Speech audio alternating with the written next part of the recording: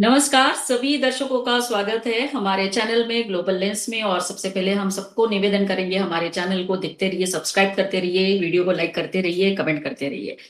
कल से हमने देखा लोकसभा में किस तरह से घमासान हो रहा है, पर्टिकुलरली विमेन रिजर्वेशन बिल के बारे में। कई सारे नेताओं ने अपने अपने बयान, अपने अपने भाषण दिए, लेकिन सर अगर हम बात करते हैं इतिहास की, सर जिस देश में रानी दुर्गावती हो, रानी पद्मावती हो, जीजाबाई हो, झांसी की रानी हो, ऐसे कितने सारे उदाहरण हैं जिन्होंने कुशलता पूर्वक, अहिल्या देवी का तो बहुत बड़ा एग्जाम्पल है, कुशलता पूर्वक अपना राज्य संभाला और समृद्ध बनाकर दिखा दिया। उसी देश में आज लोकसभा में बहस हो रही है विमेंस बिल को लेकर, रिजर्वेशन को लेकर। और कितनी आश्चर्यकारक बात है ना कि स्वतंत्रता के बाद भी आज भी ये कितनी बार ये रिजर्वेशन आए और सक्सेसफुल नहीं रहे। तो इस बार क्या होगा ये तो अभी पता चलेगा ही, लेकिन उसके पहले हम कहेंगे कि जो विरोधी पक्ष नेता है उन्होंने कुछ बयान दिए हैं। उसमें से प्रमुख नाम हम लेना चाहेंगे धर्मेंद्र यादव और उनके नेता अखिलेश यादव। उन्होंने जो कुछ भी कहा पहले हम सुन लेते हैं। बिल के अंदर जब तक पिछड़े वर्ग की महिलाएं, जब तक मुसलमान भाइयों की महिलाएं नहीं शामिल की जाएंगी, हम समाजवादी लोग इसका साथ। अध्यक्ष महोदय अनडेमोक्रेटिक बात माननीय मंत्री जी ने कही। हो सकता है उन्होंने धर्म की बात कही हो, लेकिन पूरा देश आदि आबादी को आरक्षण चाहता है। अध्यक्ष महोदय, मैं माननीय मंत्री जी से जानना चाहता हूं क्या मुस्लिम महिला आदि आबादी में नहीं आती नहीं होनी ना देंगे। समाजवादी पार्टी सारी टिकटें मुस्लिम महिलाओं को दे दे, हमें कहां आपत्ति है, हमें कोई आपत्ति नहीं है। तो सर हमने सुना। सर पहले तो मैं आपका स्वागत करती हूँ हमारे प्लेटफॉर्म पे। और सर आप भी पढ़ रहे होंगे, सुन रहे होंगे किस तरह से बयानबाजी हो रही है, स्पीचेस दिए जा रहे हैं। वीमेन रिजर्वेशन जो बिल है उसके ऊपर हर नेता खड़ा होकर ये बोलता है हम तो समर्थन करते हैं, लेकिन फिलहाल वो पास होगा नहीं। ये पहले भी हो चुका है कितनी बार। तो सर पर्टिकुलरली अखिलेश यादव और उनके जो और एक वो है सांसद है धर्मेंद्र यादव, उन्होंने कहा कि मुस्लिम महिलाओं को रिजर्वेशन मिलना चाहिए। तो सर आप क्या कहेंगे सर? देखिए, मैं आपको बताता हूँ कि भारत का संविधान जो है, वो इस मामले में क्या, हम्म। क्योंकि संविधान निर्माता जो थे हमारे, उन्होंने सारी बातें ध्यान में रखकर ये बनाया है। भारत का संविधान, भारत पहला ऐसा देश है, कई देश ऐसे थे जहाँ पर वो स्वाधीन हुए लेकिन महिलाओं को मताधिकार नहीं मिला। भारत का संविधान जिस दिन लागू हुआ, उसी दिन से भारत की प्रत्येक वयस्क महिलाओं को मतदान का अधिकार दिया। बिल्कुल। तो इस मामले में मैं आपको बताता हूँ कि भारत का संविधान विश्व का एकमेव ऐसा संविधान है जो लिंग के आधार पर भेद नहीं करता। हम्म। अ, तो और जब ये बात करते हैं, और दूसरी बात जो है, जो अखिलेश यादव ने कही, वो जो कहना चाहते हैं वो ये है कि इसमें महिलाओं के, मुस्लिम महिलाओं को आरक्षण मिलना चाहिए। सबसे पहला प्रश्न यही उठता है कि महिलाओं में भी अब क्या धर्म के आधार पर भेद करेंगे? भारत का संविधान धर्म के आधार पर किसी भी प्रकार की विशेष सुविधाओं के पक्ष में नहीं है, कम से कम आरक्षण के पक्ष में नहीं। हाँ, वो अमित शाह ने भी बोला। महिलाओं को जो भी अधिकार मिलता है वो महिलाओं को मिलेगा ही। वो जो महिला है उन सभी के लिए वो लागू रहेगा। यानी ये जो 33% आरक्षण की जो बात है, तो वो प्रत्येक महिला के लिए ये है। जो भी राजनीति में आना चाहते हैं, उनके लिए 33% आरक्षण मिलेगा ही। इसमें अगर वो मुस्लिम महिला है तो भी उनको आरक्षण मिलेगा। तो ऐसा तो है नहीं कि इनको नहीं मिलेगा। तो फिर अलग मांगने की आवश्यकता क्या है? क्योंकि यस। इनका पीडीए है। इसमें जो ए है, ये जो मैं बार बार आपके माध्यम से, आपके पॉडकास्ट के माध्यम से ये बताता आ रहा हूं कि ये वही राजनीति है जिन्होंने भारत के मुसलमानों को, वो भारत के मुसलमान हैं, ये आइडेंटिटी से अलग रखकर वो मुसलमान है, अल्पसंख्यक है, ये आइडेंटिटी, ये पहचान में उनको कैद करके रखा। और ये नहीं चाहते कि मुस्लिम महिलाएं बाकी महिलाओं के साथ कदम से कदम मिलाकर आगे बढ़े।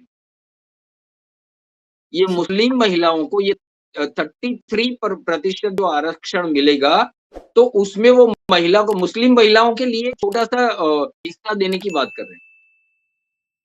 यस, वो ये नहीं चाहते कि 33% जो मिल रहा है उसमें मुस्लिम महिलाएं हैं।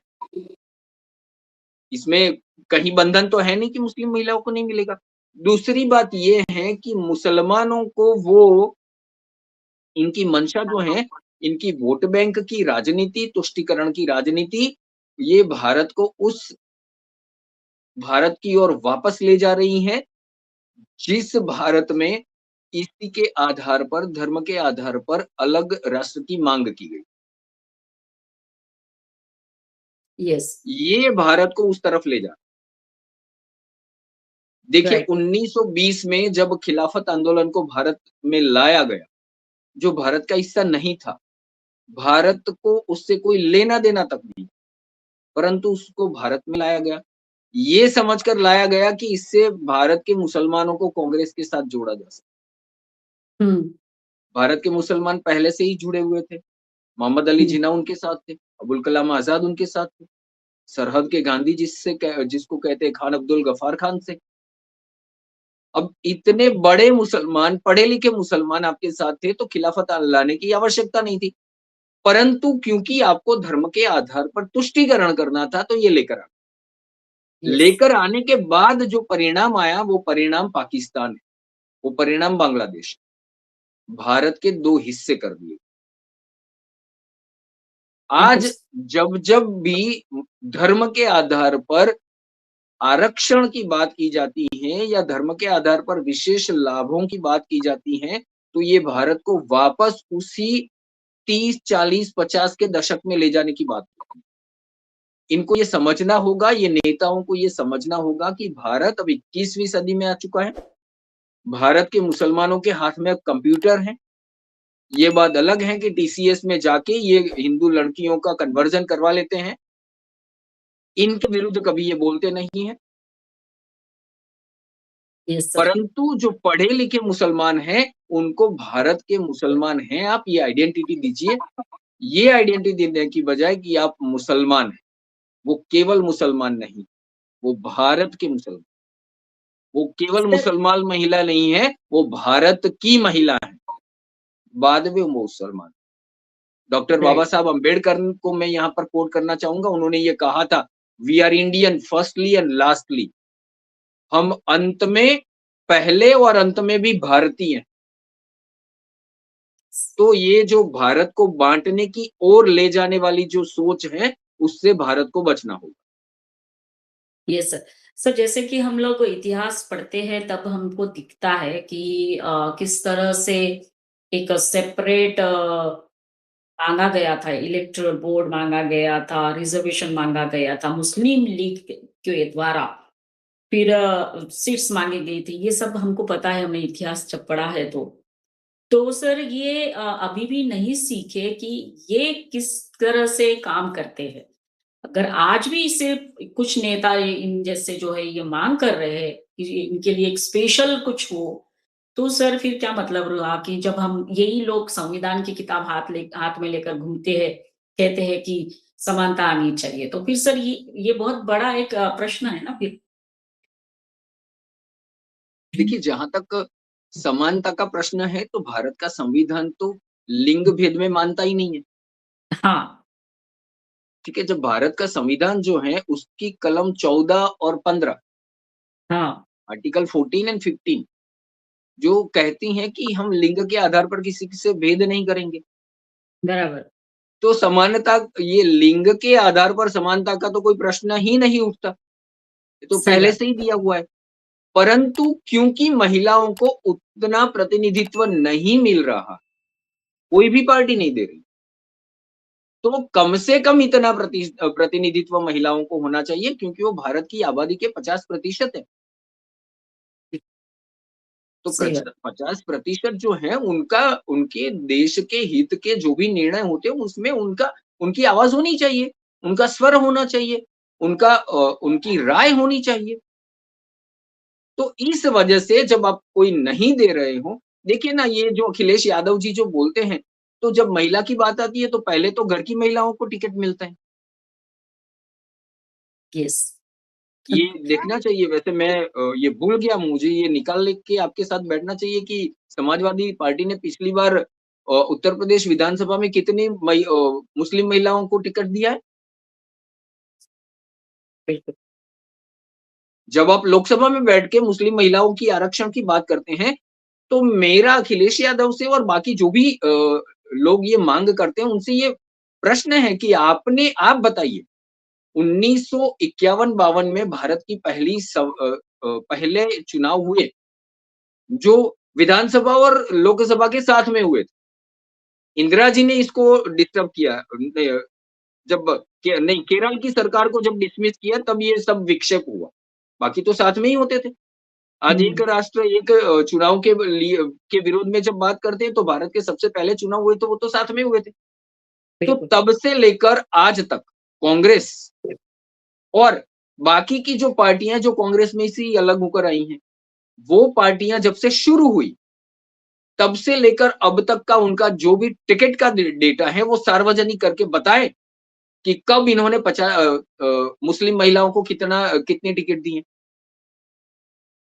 जितनी टिकट महिलाओं को दी है उसमें से कितने प्रतिशत महिलाओं को टिकट दी, जितने प्रतिशत आप मांग रहे हैं, क्या उतने प्रतिशत आपने दिया? नहीं, जब महिला को टिकट देने की बात आती है तो लोकसभा में सबसे पहली टिकट तो कंफर्म होती है डिंपल यादव की। यस। राइट। पूरा सर, सभी ये जो फैमिली मेंबर्स है वो सभी अपने फैमिली मेंबर्स को ही देते हैं ना सर, पूरा कुनबा का कुनबा है सर। ऐसा लालू यादव का भी एग्जांपल देखिए सर, उनके बिल्कुल, जब आता है तो रोहिणी हाँ। यादव की टिकट कंफर्म हो जाती है। यस। तो सर अभी जैसे बात कर रहे हैं सभी लोग, सर मैंने कल देखे, हम इसके खिलाफ नहीं है, लेकिन हमारे कुछ टर्म्स एंड कंडीशंस है, उन्होंने सभी ने ऐसा कहा।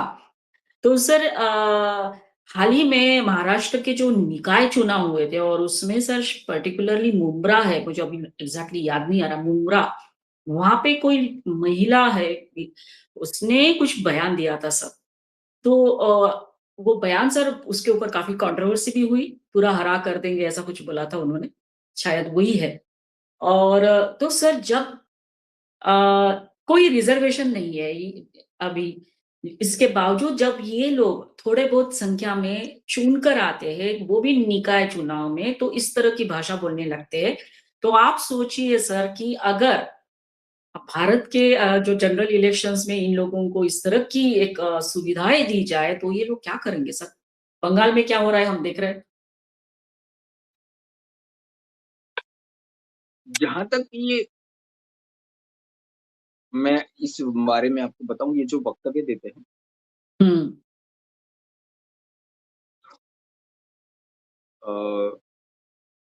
विवाद इनको करना होता है, वो तो है। क्योंकि ये मुसलमानों को उकसाते हैं। हम्म। ये चाहते हैं कि भारत में हिंदू मुसलमान के दंगे। राइट।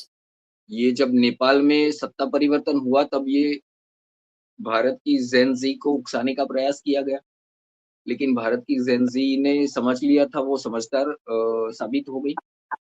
तो अब इनका ये प्रयास है, क्योंकि ये सभी जो हैं वो चाहते हैं कि बंगाल का इलेक्शन जो है, हम्म।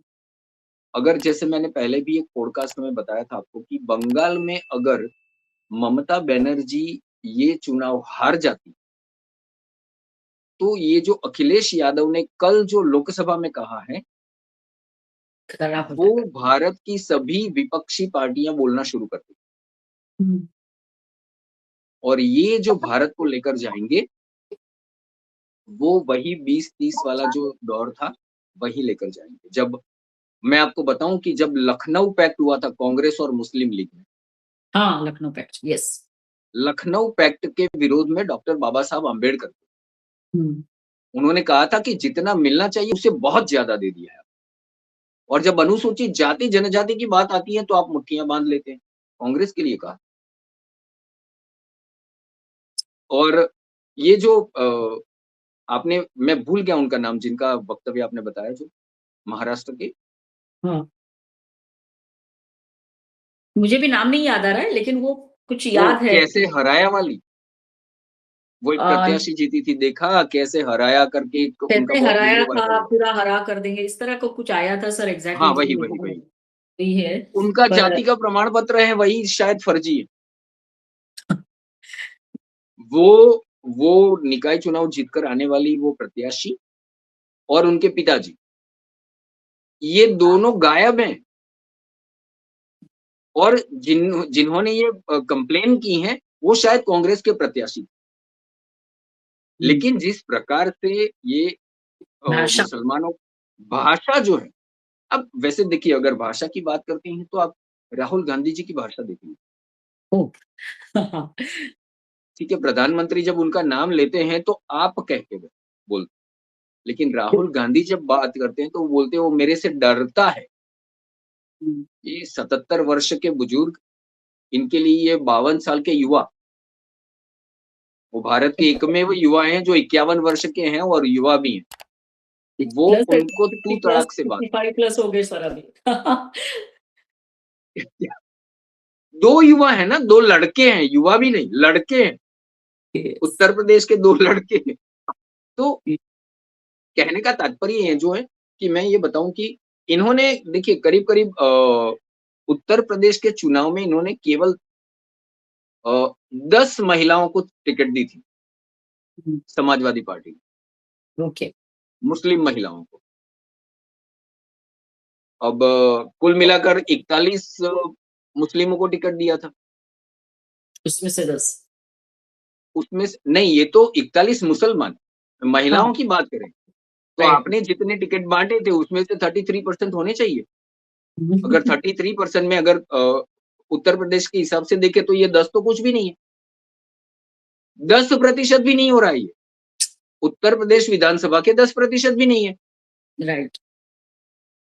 आप जब टिकट देने की बात आती है तो आप देते नहीं हैं, लेकिन जब महिलाओं के अधिकार देने की बात आती है तो ये दूसरा जो एंगल इसमें ये है कि आप मुस्लिम महिलाओं के नाम पर भारत की महिलाओं को जो अधिकार देने का प्रयास हो रहा है उसमें रोड़ा अड़ाने का काम करते हैं, उसमें रोड़े डालते हैं।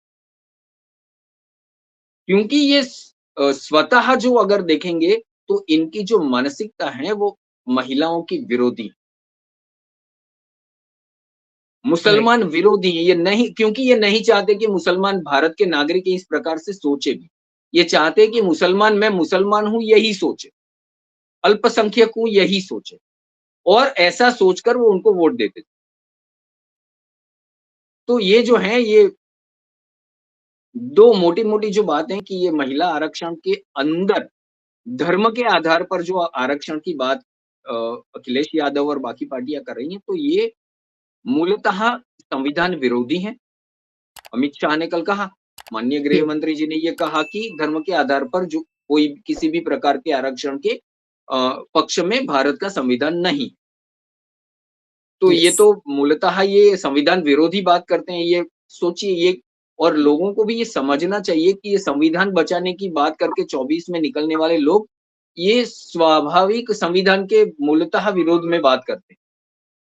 तो संविधान विरोधी कौन है ये भी समझना चाहिए। यस। दूसरी बात ये जो है, ये मुसलमानों के भी विरोधी हैं, क्योंकि जब जब इनको ये लगता है कि मुसलमान उनको वोट नहीं देंगे तब भी ये मुसलमान हित की बात करते हैं, बाकी ये कभी भी मुसलमान की बात नहीं करते। राइट। तीसरी बात, ये मुसलमानों को भारत विरोधी साबित, महिलाओं के विरुद्ध साबित करने की कोशिश कर रहे हैं, क्योंकि ये मुसलमान महिलाओं की बात करके महिलाओं के अधिकार के लिए जो बिल लाया जा रहा है उसकी बात कर रही है, उसका विरोध कर रहे हैं कि मुस्लिम महिलाओं को आरक्षण दो, इसमें ये कह के वो महिला आरक्षण विरोध आरक्षण का विरोध कर। तो सामान्य लोगों में, भारत के सामान्य लोगों में ये संदेश जो जा रहा है वो ये है कि मुस्लिम महिलाएं जो हैं वो कल उठ के अगर ये आरक्षण, ये जिस प्रकार से मुसलमान महिलाओं को ये उकसा रहे हैं, कल उठ के अगर ये मुसलमान महिलाएं इसके लिए अगर आंदोलन करती हैं, तो भारत की सामान्य महिला और भारत के सामान्य नागरिक ये सोचेंगे कि मुसलमान महिलाएं जो हैं वो महिला आरक्षण का विरोध कर। यस, तो राइट। ये मुसलमान महिलाओं को महिला आरक्षण का विरुद्ध दिखाने की कोशिश करना है इनका जो कार्य है। Yes, right. तो सर अंत में सर हम यही कहेंगे कि अभी तो 1-2 दिन जो सत्र चलेगा वो किस तरह से आगे बढ़ता है, साथ-साथ सर बहुमत लगेगा इस रिजर्वेशन बिल को पास करने के लिए, और हर बार जब ये फ्लोर पे आया तब चाहे कोई भी सत्ता में पक्ष हो या विपक्ष में हो, ये बिल पास नहीं हो पाया। तो ये बहुत बड़ा प्रश्न है और आने वाले समय में हमको पता चलेगा इसका क्या होगा। वैसे अंदाज़ा तो हम लगा सकते हैं, लेकिन इस बहाने हमको विभिन्न पक्षों की जो मनीषा है उसके बारे में पता चला, और क्योंकि दिखाने के दाँत कुछ अलग होते हैं और खाने के कुछ अलग होते हैं, ऐसा कहा जाता है। तो सर हम आपको धन्यवाद देना चाहेंगे। आप हमारे साथ जुड़े और चर्चा की। सभी दर्शकों को कहेंगे कि हमारा ये वीडियो ज़रूर देखिए, लाइक करिए, कमेंट करिए, शेयर करिए और चैनल को सब्सक्राइब करिए। धन्यवाद सर। जय हिंद, वंदे मातरम। धन्यवाद वर्षा जी। जय हिंद, वंदे मातरम। यस।